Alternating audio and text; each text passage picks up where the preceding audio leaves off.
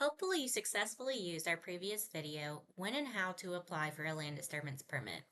Now that your permit has been issued, there are a few things you should know. On LFUCG's New Development webpage, you will find resources for planning and project design, project permitting, and project construction.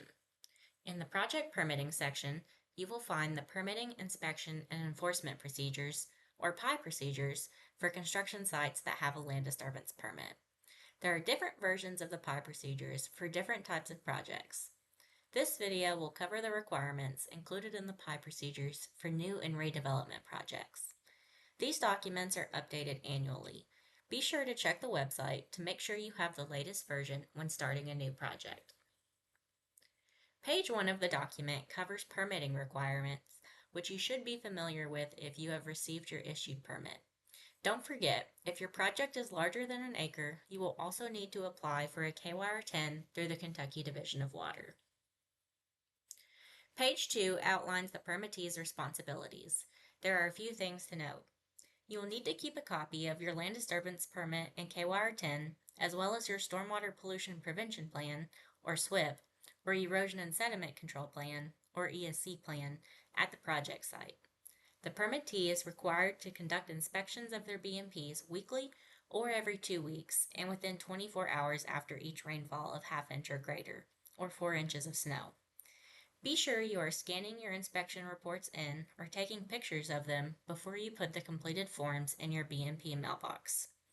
Your SWIP or ESC plan is a living document. You should revise the plan if field conditions no longer match what is shown. This is called redlining.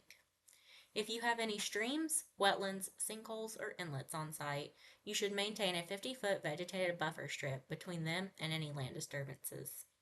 If the site is inactive, disturbed areas should be stabilized within 14 days. Once the project has achieved final stabilization, file a notice of termination with the LFUCG Division of Engineering and the Kentucky Division of Water if you have a KYR 10. The LFUCG Division of Water Quality's Compliance and Monitoring section inspects all construction sites in Lexington with a land disturbance permit at least monthly.